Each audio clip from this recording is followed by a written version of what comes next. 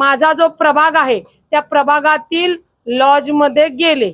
लक्षात घ्या, बुधवार पेठेच्या आजूबाजूला तुळशीबागेच्या आजूबाजूला अनेक लॉजिंग बोर्डिंग आहेत। त्या लॉजिंग बोर्डिंग मध्ये रोहन कदम गेले। रोहन कदमनी तिथे आराम करण्यासाठी रूम घेतली। रूम घेतल्यानंतर रोहन कदम तिथं आराम घेण्याच्या नावावर तिथे दारू पिले, प्रचंड दारू पिले आणि त्यांनी शेजारच्या रूम मध्ये दुसरे जे राहिला होते त्यांचं व्हिडिओ शूटिंग केलं। हे व्हिडिओ शूटिंग केलेलं ना त्या लॉज बोर्डिंगच्या मॅनेजरला माहिती होतं, परंतु जिचं शूटिंग झालं त्या महिलेला ते समोर दिसतात। तिने चप्पल काढून रोहन कदम यांना तिथं व्हॉटेवर तुम्ही माझ्या मर्जी विरुद्ध लपून हे शूटिंग का काढताय म्हणून मारहाण केली।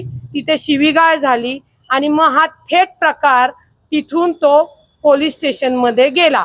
हा प्रकार झालाय 3 दिवसापूर्वी।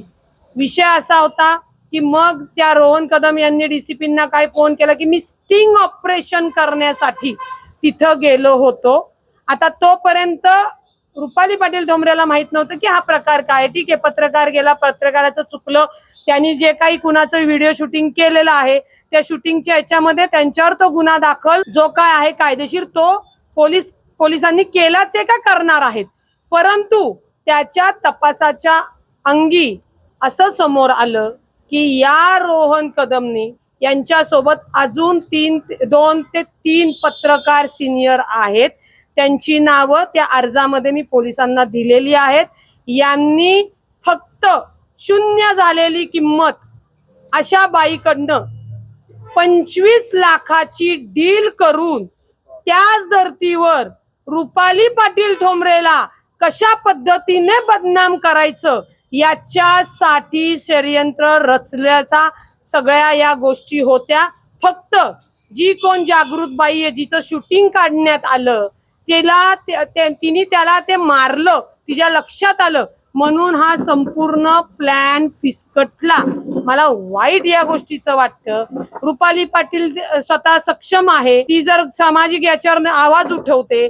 माझे स्वतःचे हॉटेल्स आहेत, इमारती आहेत, लॉजिंग बिल्डिंग आहेत, परंतु त्या ज्या काय आम्ही समजा भाड्याने दिल्या असतील ते माझे नातेवाईक असतील नसतील, तुम्ही पत्रकार बंधू सुद्धा माझे नातेवाईक आहात, रक्ताचेच नातेवाईक पाहिजेत असं नाही, परंतु रुपाली पाटीलला बदनाम करण्यासाठी हा जो काही कट रचण्यात आला हा मला तुमच्या समोर आणणं गरजेचं आहे। या राजकारणामध्ये सातत्याने एखाद्या दुसऱ्या प्रतिस्पर्धेला जेव्हा नामोहरण करायचं असतं, बदनाम करायचं असतं, तेव्हा अशा पद्धतीने या गोष्टी केल्या जातात।